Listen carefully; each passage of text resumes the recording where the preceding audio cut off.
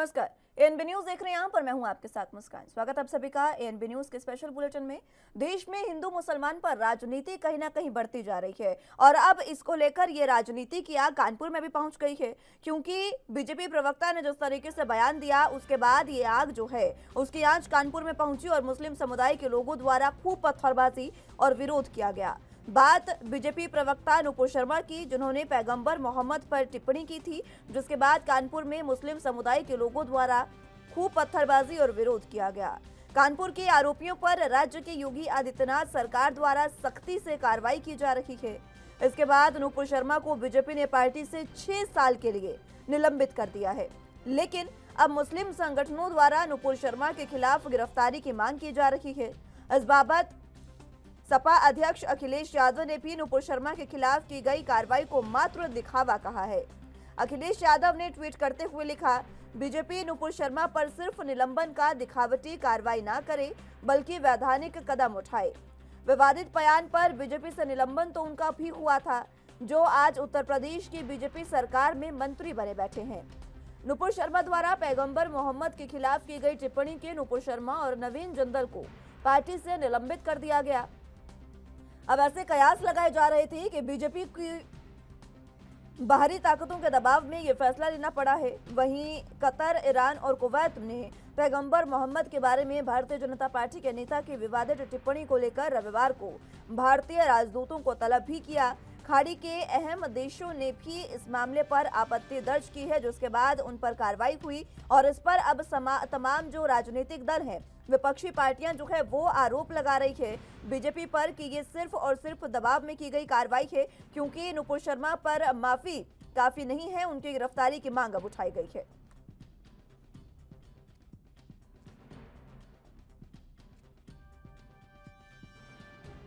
मुसलमानों को, उनके जज्बात को, उनको दिली ठेस हुई।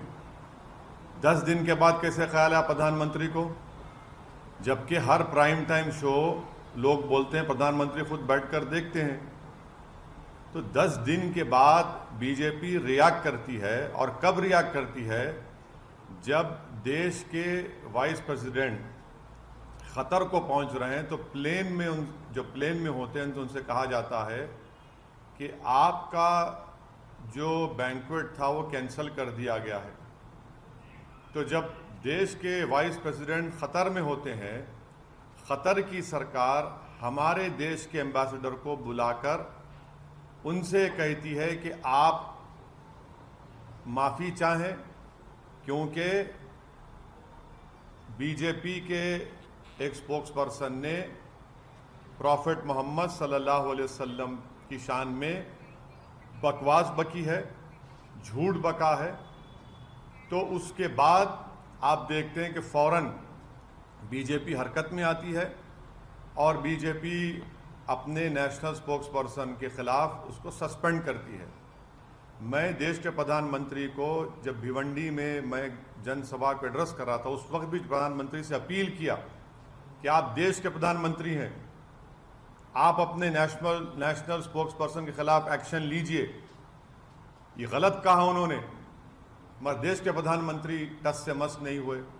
और 10 दिन के बाद, क्योंकि गल्फ कंट्रीज में ये मसला बहुत बड़ा हो चुका था, इसलिए हालत मजबूरी में देश के प्रधानमंत्री ने अपने नेशनल स्पोक्सपर्सन के खिलाफ एक्शन लिया। मायावती जी ने बिल्कुल ठीक कहा है कि जब कानून मौजूद है, देश के अंदर कानून का राज है, पार्टी से निकालना पार्टी का मामला है, लेकिन कानून क्यों खामोश रहेगा? कानून के मुताबिक उनके खिलाफ कार्रवाई होनी चाहिए। किसी भी मजहब को अपमान करने का किसी को हक नहीं है। ये देश तो जाना जाता है एक दूसरे के मजहब की इज्जत करने के लिए, लेकिन पिछले 8 सालों में जब से बीजेपी की सरकार आई है, इस तरीके के मुद्दे हर दूसरे दिन उठते रहते हैं। कोई घटना कब घटी? लास्ट वीक में, और सारे तथ्य थे। मेरा पहला सवाल यह है कि अरे मोदी जी, क्यों इतनी देर कर दी आपने? जब दंगे होने लगे, जब देश में माहौल बिगड़ा, आपने कोई एक्शन नहीं लिया। पर वहां ये अरब कंट्रीज के अंदर ये माहौल खड़ा हो गया हमारे देश के खिलाफ, वहाँ पे ट्विटर पे ट्रेंड होता रहा, वहाँ इंडियन गुड्स को चलिए, तो जिस तरीके से बात नुपुर शर्मा की, क्योंकि बीजेपी प्रवक्ता उनको बनाया गया, उसके बाद उन्होंने जिस तरीके से एक टीवी चैनल पर डिबेट के माध्यम से पैगंबर मोहम्मद पर जो बयान दिया, उससे मुस्लिम समुदाय काफी नाराज है और उसके बाद लगातार उनकी गिरफ्तारी की अब मांग उठ रही है। इस पर चर्चा की शुरुआत कर लेते हैं। तमाम गेस्ट हमारे साथ मौजूद हैं, उनका तारुफ आपसे करवा देते हैं। राहुल आनंद जी नेता बीजेपी से हमारे साथ मौजूद हैं और दीपचंद राठौड़ जी हमारे साथ नेता कांग्रेस से मौजूद हैं। बहुत स्वागत है आप सभी का एनबी न्यूज पर। सबसे पहले मैं राहुल आनंद जी आप ही के पास आना चाहूंगी, क्योंकि बीजेपी प्रवक्ता आ रही हैं नुपुर शर्मा, उनको 6 साल के लिए निलंबित तो कर दिया, लेकिन अब विपक्षी दल जो हैं वो उनकी गिरफ्तारी की मांग उठा रहे हैं। देखिए मुस्कान जी, किसी भी चर्चा की शुरुआत करने से पहले मैं आपको आपके चैनल के माध्यम से ये स्पष्ट कर देना चाहूँगा कि सारे धर्म हमारी पार्टी करती है और नुपुर शर्मा जी ने जो भी टिप्पणी की थी वो टिप्पणी थी। अगर थोड़े से नुपुर शर्मा से थोड़ा हट जाते हैं, आपको याद होगा एमएफ हुसैन नाम का व्यक्ति याद होगा, जिसने हमारे देवी देवताओं की नग्न तस्वीरों को बनाई थी, जो बहुत महान पेंटर कहा जाता था। उसने सवाल उठा रहे हैं और कार्रवाई की मांग कर रहे हैं। ये सारे लोग सेक्युलरिज्म के उस वक्त चोला पहने थे और मैं ये भी बात करना चाहूंगा, जो क्या उस वक्त सनातन धर्म, हिंदू धर्म आघात नहीं हुआ था? जबकि शिवसेना ने बड़ा स्टैंड लेते हुए कहा था कि हम छोड़ेंगे नहीं करके वो देश छोड़कर चले गए। दूसरी बात कर ले अगर इसके ऊपर हटके, तो अगर हम चर्चा कर ले तो ओवैसी साहब की भी अगर बातें करेंगे तो वो हर वक्त जो ज्ञानवापी परिसर में जो शिवलिंग बरामद हुआ है उसको वो फवारा कहते हैं। चाहे उनके बयानों को देख लीजिए, और एक बार उन्होंने बयान दिया था टीवी मीडिया के सामने कि जो भी होगा हम मिल बैठ के बात करेंगे, और जब दोबारा उनका बयान आया जिसमें वो अपने आप को पलट दिए, उसमें बोले कि नहीं कुछ भी हो हम मानेंगे नहीं। तो क्या वो हिंदू धर्म की भावना को उस वक्त ठेस नहीं पहुंचा था? और तीसरी बात मैं कर लूं, जो सेक्युलरिज्म लोग आज मोदी जी को कटघरे में खड़ा कर रहे हैं या फिर टीवी के माध्यम से ये मांग कर रहे हैं, उस वक्त सेक्युलरिज्म लोग कहाँ चले जाते हैं? और इतिहास गवाह है नुपुर जी, माफ कीजिएगा मुस्कान जी, कि जो आज मुस्लिम बने घूम रहे हैं वो कहीं ना कहीं हिंदू थे। जब औरंगजेब आया था हमारे यहाँ तो वो तलवार के नोक पर लोगों को कन्वर्ट करना शुरू किया था, और जिस तरह से मंदिरों को ढाकर मस्जिदें बनाई गई, अपन हो गया। या फिर कांग्रेस की बात अगर हम कर ले, कांग्रेस ने तो राम के वजूद को प्रूफ करने की बात कर दी थी सुप्रीम कोर्ट में, तो उस वक्त क्या हमारे धर्म को आघात नहीं हुआ था? ये कहना और बार बार धर्म को लेकर बीच में आकर टोका टिप्पणी करना, हमारे धर्म पर अगर आघात हुआ, राहुल आनंद जी, अगर धर्म पर आघात हुआ है तो आप उसके पर कानूनी कार्रवाई कर सकते हैं, यही तो हम कह रहे हैं, कानूनी कार्रवाई हो। लेकिन इसका मतलब ये नहीं है कि अगर कोई आप पर इस तरीके की टिप्पणी कर रहा है तो आप पलट कर उसे उसी तरीके की टिप्पणी करें। मैं लौटूंगी आपके पास, दीपचंद राठौड़ जी आपके पास आना चाहूंगी, प्रतिक्रिया आपकी शुरुआती। आदरणीय मुस्कान जी, अभी आनंद भाई ने जो कहा मैं उनकी बात से कुछ जगह सहमत हूँ, लेकिन पिछले 7-8 सालों से ये भाजपा वो भाजपा नहीं है जो अटल जी के समय थी, जहाँ पर समर्थकों को उग्र बनाया जाता है और महिलाओं को गाली देते हैं ये लोग, पत्रकारों पर हमला बोलते हैं। ये उसी का परिणाम होता है, गोली लंके जैसी घटना उभर के सामने आती है। दूसरी बात, आज पूरे अरब कंट्री भारत से माफी मांगने के लिए कह रही है, तो मैं एक बात कहना चाहूँगा आनंद भाई, भारत माफी क्यों मांगे? भारत ने ऐसी क्या गलती करी है? ये गलती तो भारतीय जनता पार्टी के स्पोक्सपर्सन और भारतीय जनता पार्टी के प्रवक्ता ने कही है, तो उसका खामियाजा पूरा भारत क्यों भुगते? इस पे आप एक शब्द नहीं बोल पाओगे। भारत संविधान के मूल्य का सदैव आदर करता है। प्रधानमंत्री अगर सही समय पे बोलते, अपने वक्त जो टीवी चैनल पर बैठ के जहर उगलते हैं, सबसे पहले आपको देश से माफी मांगनी चाहिए प्रधानमंत्री जी। मैं आपके एएनबी चैनल के माध्यम से कहना चाहूंगा, लेकिन कहीं ना कहीं हमने देखा है, मैंने आपके चैनल पे कई बार मुस्कान जी एक बात कही थी कि किस तरह कट्टर मुसलमान देश के लिए खतरनाक है, उसी तरह कट्टर हिंदूवाद भी देश के लिए खतरनाक है। और ये कब हुआ? क्योंकि भारतीय जितने भी प्रोडक्ट थे या उत्पादन के, उनका boycott Kuwait, Qatar, Oman, Saudi Arabia में करने लगे, जिससे लाखों करोड़ों का नुकसान होने लगा। माली नुकसान तो होता है, चलो ठीक है, आर्थिक नुकसान भी हम सहन कर लेते, लेकिन ये एक अलग बात है, आप और हम ये नहीं भूल सकते कि अरब देशों में कितने हिंदू, ईसाई, सिख काम करते हैं। अरब देशों में ऐसे कई लोग हैं जो मजहब के प्रति बहुत कट्टरवाद हैं।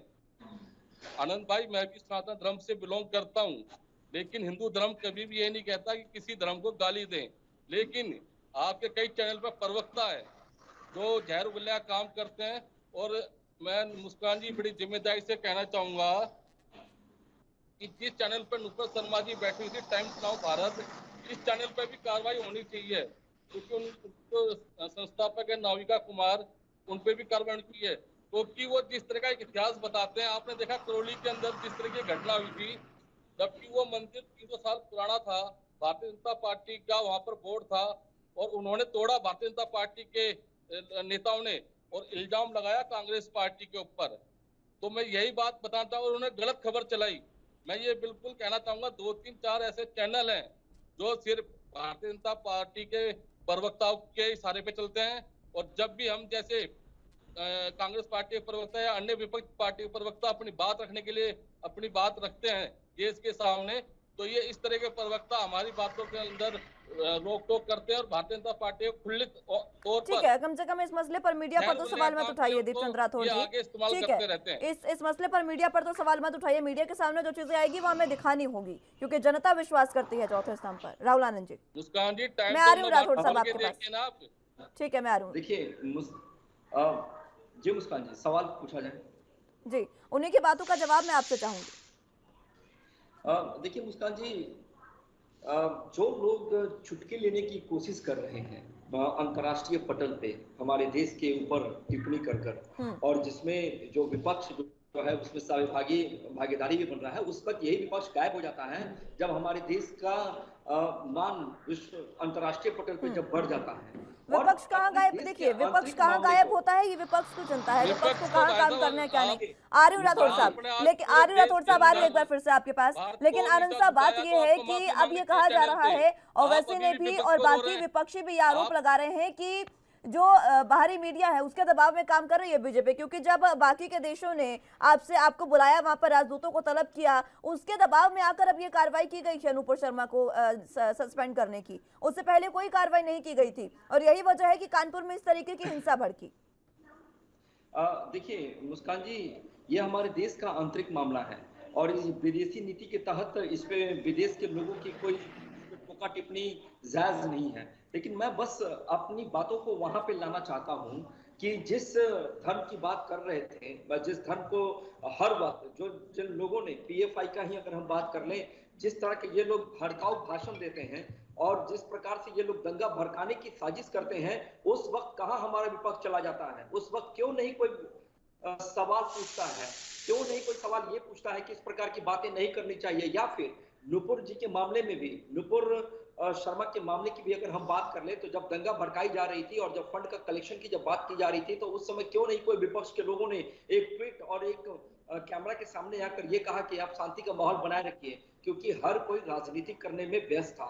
और मैंने पूछा ना, अपने चर्चा की शुरुआत में मैंने MF हुसैन के बारे में चर्चा किया, उसके ऊपर आज तक किसी ने कोई टिप्पणी की क्या?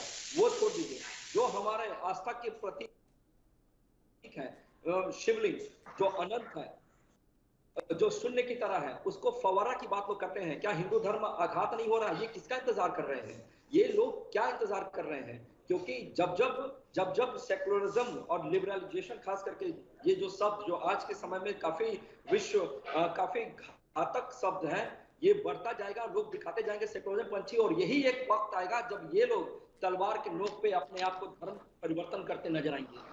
और तो यानी कि बीजेपी की ये मानसिकता समझ लो जाए, बीजेपी की विचारधारा है कि अब भारत को हिंदू राष्ट्र बनाया जाएगा, सेक्युलरिज्म को पूरे तरीके से खत्म करेगी बीजेपी, ये मान लिया जाए। मुस्कान जी, सेक्युलरिज्म की क्या परिभाषा होती है?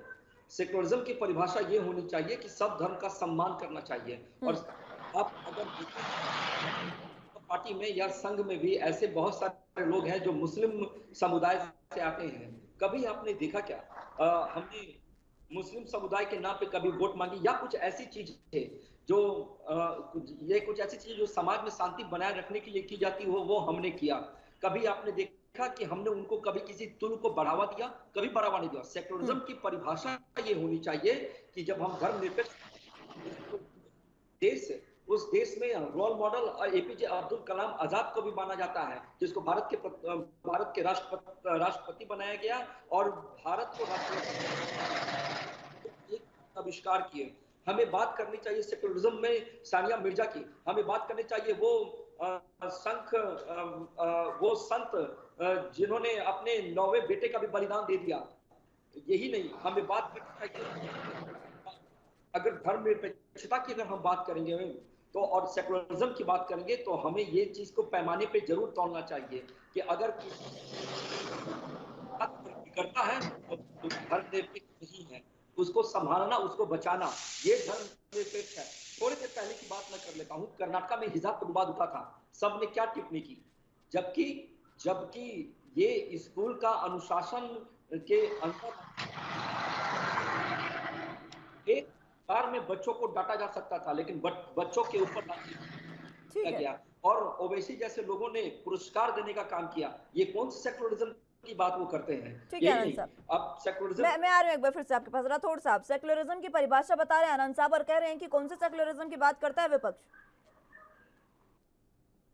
हाँ तो मुस्कान जी, पहली बात तो मेरा भाई बोल गया है कि जो संविधान चलता है भारतीय जनता पार्टी के संविधान से चलता है, संविधान देश के मर्यादा से, देश के संविधान से चलता है। इसमें यह कहा गया है कि इसमें हर जाति को संपूर्ण अधिकार है अपने धर्म को मानने का। अगर तो धर्म को मानने से तो कोई भी मना नहीं कर रहा है ना। अगर एक भी फूल निकाल दिया जाएगा तो गुलदस्ती की शोभा कम हो जाएगी।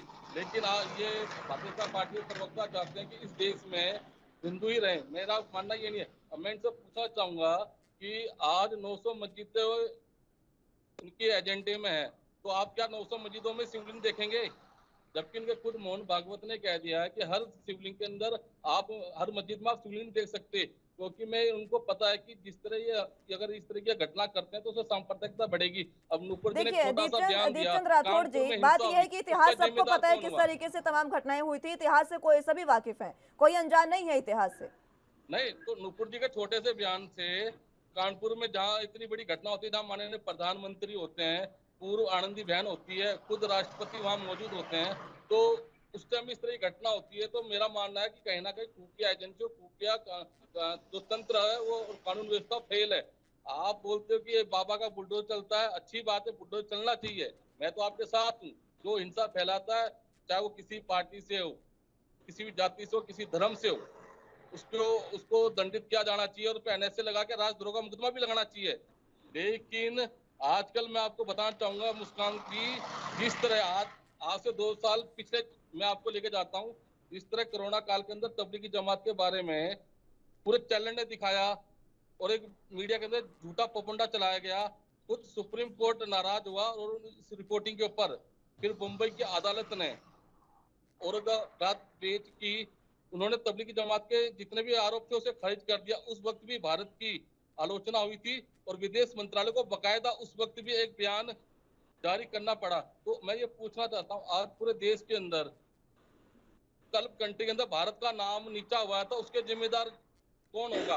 खुद प्रधानमंत्री जी को क्या राहुल गांधी नहीं होंगे क्या? लेकिन आप अभी भी राहुल गांधी नहीं होंगे उसके जिम्मेदार? नहीं, अगर देश के बाहर जाकर आप देश की बुराई करेंगे तो देश के जिम्मेदार, देश की बुराई के जिम्मेदार आप नहीं होंगे क्या? क्या कहा राहुल गांधी ने? राहुल गांधी ने यही तो कहा कि आज जिस तरह रुपया गिरता जा रहा है, जब तो उसकी आर्थिक हालत किस तरह है, और आज देश का युवा रोजगार मांगता है, तो इन पे आप देश के मसलों को देश के अंदर नहीं रख सकते हैं क्या दीपचंद राठौड़ जी? सेक्युलरिज्म की बात करती है कांग्रेस बार बार, ठीक है, वहाँ पर ले जाएंगे, सुनिए, ठीक है, वहाँ पर ज्यादा जाने की जरूरत भी नहीं है, उस पर जब चर्चा होगी फिर से बुला लेंगे आपको। लेकिन आप ये बताइए, सेक्युलरिज्म की बात करती है कांग्रेस, दीपचंद राठौड़ जी सुन लिया करिए, कभी अपनी बातों को ज्यादा मत बताइए, सुन भी लीजिए करे। सेक्युलरिज्म की बात करती है कांग्रेस, क्या कांग्रेस को ये पता है कि सेक्युलरिज्म शब्द आया कहाँ से? ये सेक्युलर शब्द आया कहाँ से? आप बता दें इसकी परिभाषा। नहीं, भारतीय जनता पार्टी को बता रहे हैं ना प्रवक्ता।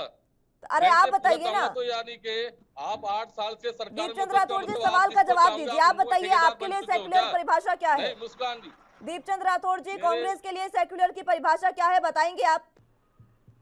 मैं हिंदू धर्म से बिलोंग करता हूँ कांग्रेस के लिए सेक्युलर की परिभाषा क्या है दीपचंद राठौड़ जी? हर धर्म का अपमान नहीं होना चाहिए, हर धर्म का सम्मान होना चाहिए। लेकिन भारतीय जनता पार्टी क्या कर रही है, आज एक जाति विशेष को टारगेट बना के मुझे उन पे ये अत्याचार समझ कर नहीं दिया। आता है, मैं एक चीज सेकंड समझ दीप नहीं चंद्र पा रहा हूँ राठौर कि जी, ये आप समझ चाहते नहीं क्या आता है कि सेक्युलर की परिभाषा में बीजेपी कहां से आ जाती है। एक सवाल का जवाब तो दीजिए, सेक्युलर के मुझे आप सेक्युलर की डेफिनेशन बता दीजिए आपके शब्दों में, कांग्रेस के लिए क्या मायने सेक्युलरिज्म के। हमारे मानने में तो ये है कि हिंदू मुस्लिम और सिख ईसाई में हमने कोई भेद नहीं समझा, और कांग्रेस पार्टी हर वर्ग को साथ लेके चलने वाली पार्टी है। लेकिन भारतीय जनता तभी पार्टी सिर्फ हिंदुओं को लेकर तभी चलने वाली तभी पार्टी तभी है, तो किसी ठीक है, अदर आपके कास्ट लिए से कोई सेक्युलरिज्म मतलब की नहीं है। परिभाषा ये इनका है, तभी ऐसा होता है कि राहुल गांधी अगर किसी मुस्लिम महिला के साथ या मुस्लिम किसी भी पीड़िता के साथ कोई दर्दनाक घटना होती है, वहां पर राहुल गांधी जाते हैं, लेकिन अगर हिंदू समुदाय के किसी भी शख्स के साथ कोई घटना हो तब वहां पर राहुल गांधी को ट्वीट भी नहीं होता है उनसे। आपके लिए मुस्कान जी, सेक्युलरिज्म तो की आज परिभाषा बात ये है, कर सुनिए, प्रधानमंत्री जी को माफी मांगनी सेक्युलरिज्म की चाहिए कि परिभाषा नहीं ये मांगनी है चाहिए। मैं आपके आपके लिए चैनल के माध्यम कि से कह रहा अभी हूं, सिद्धू आज इस मूसेवाला तरह की की जो घटना हत्या होती हुई है, उसमें राहुल और गांधी ने अभी तक कोई आज मसला भी- नहीं उठाया। आज भी छपरा आप के जो सेक्युलरिज्म की माननीय परिभाषा अगर प्रधानमंत्री जी समझते कहते तो थे, सेक्युलर बनकर आज पूरा दिखाते, देश के सामने सिर्फ भारत राजनीति कर रही है के कांग्रेस इस मतलब पर। ठीक है राहुल भारत आनंद को जी। वहां झुकना पड़ा, उसके बारे में आप और आप भारतीय जनता पार्टी एक शब्द नहीं बोलेंगे। मुस्कान जी, धर्मनिरपेक्ष एक ऐसा शब्द आज के समय में है जिसकी अगर मैं परिभाषा देना चाहूं तो मैं बस इतना ही बताना चाहूंगा कि धर्मनिरपेक्षता का अर्थ है राज्य की नीति या किसी गैर धार्मिक मामले में धर्म को दूर रखे तथा सरकार धर्म के आधार पर किसी से कोई भेदभाव नहीं। यही नहीं, धर्मनिरपेक्षता का अर्थ किसी धर्म का विरोध करना भी नहीं है। जब हुआ था तो उस समय जो लोग हमारे देश के अंदर रह गए थे और हमने सबको लेकर एक बगीचे में हर तरह के फूल को लगाया था, उसको धर्मनिरपेक्ष सब कहेंगे। लेकिन अब फिर बीजेपी अपने फूलों को उखाड़ती क्यों जा रही है? अगर धर्मनिरपेक्षता इतनी बीजेपी बता रही है तो बता दीजिए, राज्यसभा चुनावों में आप देख लीजिए कोई भी मुस्लिम चेहरा नहीं है इस बार आपका। हालांकि मुद्दा वो नहीं है, लेकिन एक सवाल मेरा आपसे। देखिए, मैंने अभी बताया, थोड़ी देर पहले मैंने इसी बात को कहा था कि धर्मनिरपेक्ष में जो सेक्युलरिज्म शब्द जुड़ा, और जो लोग संघ में हो या फिर बीजेपी में हो जो मुस्लिम समुदाय से आते हैं, उनके लिए अगर आप जगह खोजेंगे, जगह तलाशेंगे तो पार्टी के अंदर हर जगह हर स्थान पे उनको रखा गया है। आप यूपी के आप मंत्री को देखिए जो अल्पसंख्यक प्रकोष्ठ के हैं, वो मुस्लिम बिरादरी से आते हैं। यही नहीं, पूर्व मंत्री की भी अगर हम बात कर लें वो भी मुस्लिम है। और अगर आप बात करें केंद्र में बात करें तो केंद्र में भी नकवी जी साहब को रखा गया है। और यही नहीं, रखा ही तो नहीं गया है। अब देख लीजिए राज्यसभा ना तो उनको रामपुर से कोई टिकट दिया गया और ना ही राज्यसभा चुनावों में। देखिए, सैयद शाहनवाज हुसैन को देखिए, वो उद्योग मंत्री हैं, तो हर जगह दिया गया है हर किसी को। लेकिन जो अपने आप को जो प्रूफ करना चाहते हैं सेक्युलरिज्म का, वो प्रूफ हम चलिए ठीक है, मुद्दे पर वापस आते हैं एक बार फिर से। ठीक है आनंद साहब, मुद्दे पर वापस आते हैं। नुपुर शर्मा की गिरफ्तारी होगी या नहीं, ये बता दीजिए। देखिए, नुपुर शर्मा की गिरफ्तारी वो न्यायालय का विषय है, और इसमें न्यायालय में अगर कोई केस करेगा तो न्यायालय उस पर क्या संज्ञान लेता है वो उसकी है। और पार्टी को जो अपना कार्य करना था, पार्टी ने उनको निलंबित कर दिया 6 साल के लिए और उनको हटा दिया। लेकिन मेरा मुस्कान जी, पार्टी ने भी तो दबाव में आकर निलंबित किया ना आनंद साहब। अगर पार्टी जब उन्होंने ये बयान दिया, सुनिए, और वैसे साहब का आपसे सीधा ये सवाल था कि खुद बीजेपी कहती है कि प्रधानमंत्री जो है वो हर प्राइम टाइम शो जो है वो देखते हैं बैठकर, तो क्या उनको ये बयान पता नहीं चला? सुनिए तो सही, क्या उनको ये बयान पता नहीं चला? और अगर पता चला तो तुरंत कार्रवाई क्यों नहीं हुई? चलिए, प्रधानमंत्री नहीं देखते, उनको नहीं समय है बाकी काम चीजों से, बाकी किसी ने तो पता चला होगा। मीडिया में जब ये बात उछली तो क्या उन पर तुरंत कार्रवाई नहीं होनी चाहिए थी? अच्छा मुस्कान जी, मुझे एक जल्दी से अपनी बात रखिएगा आनंद साहब, समय की कमी मेरे पास, मात्र 30 सेकंड। तुरंत मुझे एक बात बताइए, कुछ दिन पहले ओवैसी जी ने एक बात कही थी कि जब मोदी पहाड़ों में चला जाएगा, योगी मठ में चला जाएगा, तब तुम्हारा क्या होगा? किसने कार्रवाई किया उसके ऊपर? इनको इतनी हिम्मत कहां से आई? वो खुले चैलेंज कर रहे थे, खुले धमकी दे रहे थे उन बहुसंख्यकों को कि तुम्हारा क्या होगा। लेकिन वही लोग, वही तैनात लोग उनको सुरक्षा के घेरे से निकाल कर लेकर चले गए। क्या ठीक है, चलिए, समय की कमी मेरे पास है, समय की कमी। बहुत बहुत शुक्रिया आप दोनों का हमारे साथ जुड़ने के लिए और चर्चा हमारे साथ करने के लिए। समय मुझे इतनी ही इजाजत देता है। लेकिन जिस तरीके से कानपुर में हिंसा हुई और जिस तरीके से ये जो धर्म की आग लगातार बढ़ती जा रही है, इसको रोकने की कोशिश दोनों सरकारों को मिलकर करनी होगी, तमाम पार्टियों को, राजनेताओं को मिलकर करनी होगी, ताकि देश में जो धर्मनिरपेक्ष की परिभाषा है वो एक बार फिर से सार्थक हो सके। फिलहाल के लिए मेरे साथ बस इतना ही। तमाम अहम खबरों के लिए आप देखते रहे एनबी न्यूज।